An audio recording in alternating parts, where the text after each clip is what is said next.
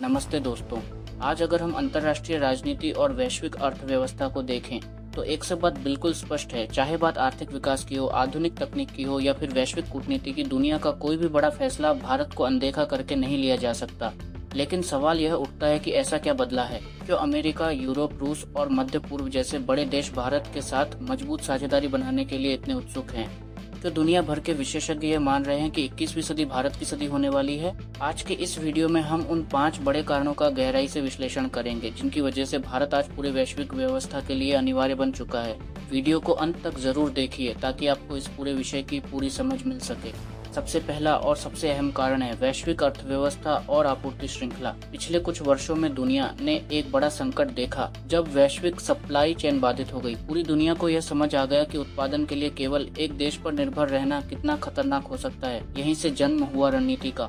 दुनिया भर की बहुराष्ट्रीय कंपनियां अब ऐसे विकल्प तलाश रही हैं जहां बड़ा बाजार, राजनीतिक स्थिरता और कुशल कार्यबल एक साथ मिले, और इस दौड़ में भारत सबसे आगे खड़ा है। विनिर्माण केंद्र, मोबाइल फोन और इलेक्ट्रॉनिक से लेकर ऑटोमोबाइल तक वैश्विक कंपनियां भारत में अपने उत्पादन संयंत्र स्थापित कर रही हैं। तेजी से बढ़ता आर्थिक विकास, जहां दुनिया की प्रमुख अर्थव्यवस्थाएं मंदी और धीमी गति से जूझ रही हैं, वहीं भारत लगातार सबसे तेज गति से बढ़ने वाली बड़ी अर्थव्यवस्था बना हुआ है।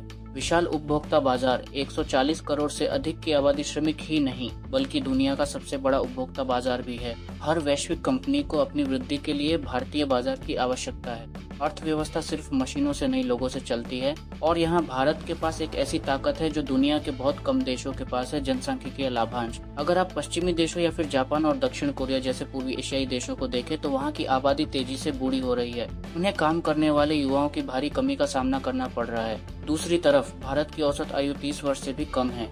इसका वैश्विक स्तर पर क्या प्रभाव पड़ता है? कार्यबल की प्रचुरता, आने वाले कई दशकों तक भारत के पास दुनिया की सबसे बड़ी कामकाजी आबादी होगी। वैश्विक प्रतिभा का केंद्र, सिलिकॉन वैली की शीर्ष तकनीकी कंपनियों से लेकर अंतर्राष्ट्रीय वित्तीय संस्थानों तक भारतीय पेशेवर और वैज्ञानिक महत्वपूर्ण भूमिका निभा रहे हैं। ग्लोबल कैपेबिलिटी सेंटर्स, आज दुनिया भर की बड़ी कंपनियां अपने अनुसंधान और विकास केंद्र भारत में स्थापित कर रही हैं।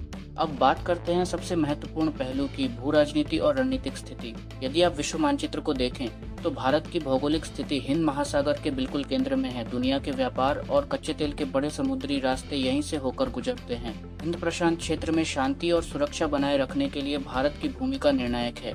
लेकिन भारत की विदेश नीति की सबसे बड़ी खूबी क्या है? रणनीतिक स्वायत्तता। एक तरफ भारत लोकतांत्रिक देशों के साथ क्वाड जैसे मंचों में सक्रिय साझेदारी निभाता है, दूसरी तरफ भारत ब्रिक्स और एससीओ जैसे समूहों का भी प्रमुख सदस्य है। सबसे महत्वपूर्ण बात यह है कि भारत ने स्वयं को ग्लोबल साउथ की एक सशक्त और विश्वसनीय आवाज के रूप में स्थापित किया है। भारत किसी एक गुट का अंधानुकरण करने के बजाय राष्ट्रीय हितों और वैश्विक संतुलन के आधार पर निर्णय लेता है। यही कारण है कि अंतर्राष्ट्रीय संकटों में मध्यस्थता और संवाद के लिए दुनिया भारत की ओर देखती है।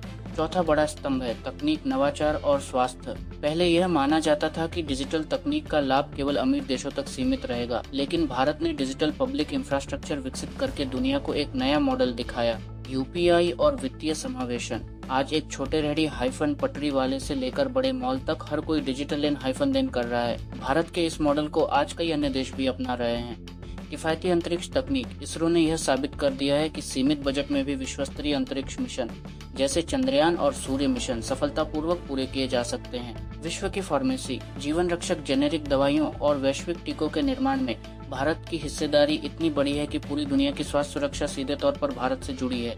तो दोस्तों, अगर हम इन सभी तथ्यों को एक साथ जोड़कर देखें तो स्थिति स्पष्ट है। भारत केवल 140 करोड़ लोगों का देश नहीं है, बल्कि यह एक ऐसा लोकतांत्रिक राष्ट्र है जो दुनिया को आर्थिक स्थिरता, युवा ऊर्जा, तकनीकी समाधान, कूटनीतिक संतुलन प्रदान करता है। चाहे वैश्विक सप्लाई चेन को सुरक्षित करना हो, नई प्रतिभाओं की जरूरत हो या दुनिया में शांति और संतुलन कायम करना हो, भारत का मजबूत होना पूरी दुनिया के हित में है। इस पूरे विषय पर आपकी क्या राय है?